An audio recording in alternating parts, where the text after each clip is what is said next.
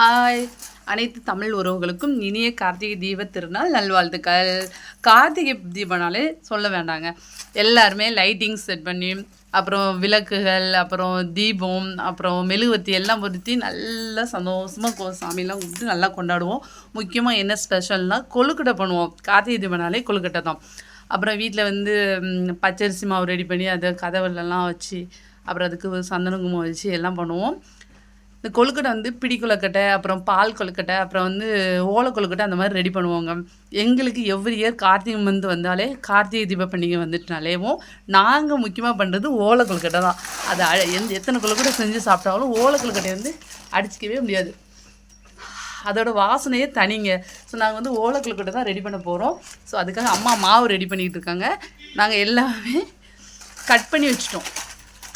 ஓலையெல்லாம் இங்கே பாருங்கள், ஓலை எல்லாமே கட் பண்ணி வச்சுட்டோம். அதுக்கான தேவையான நாரும் ரெடி பண்ணி வச்சுட்டோம். ஸோ இப்போ ஓலையெல்லாம் தயார் நிலையில் இருக்குது. நம்ம மாவு ரெடி பண்ணுறதும் மாவை ஒரு ஓலையில் வச்சு இன்னொரு ஓலையில் கட்டி நம்ம கொழுக்கட்டை ரெடி பண்ண போகிறோம். ஸோ கொழுக்கட்டை ரெடி பண்ணி பூஜையெல்லாம் முடிஞ்சதும் சாப்பிட்டு பார்த்துட்டு டேஸ்ட் எப்படி இருக்குன்னு நான் உங்களுக்கு சொல்கிறேன். நீங்களும் உங்கள் வீட்டில் ஓலை கொழுக்கட்டை செய்கிறவங்களா இருந்தீங்கன்னா சாப்பிட்டு பார்த்து டேஸ்ட் எப்படி இருக்குன்னு கமெண்டில் சொல்லுங்கள். Okay, thank you.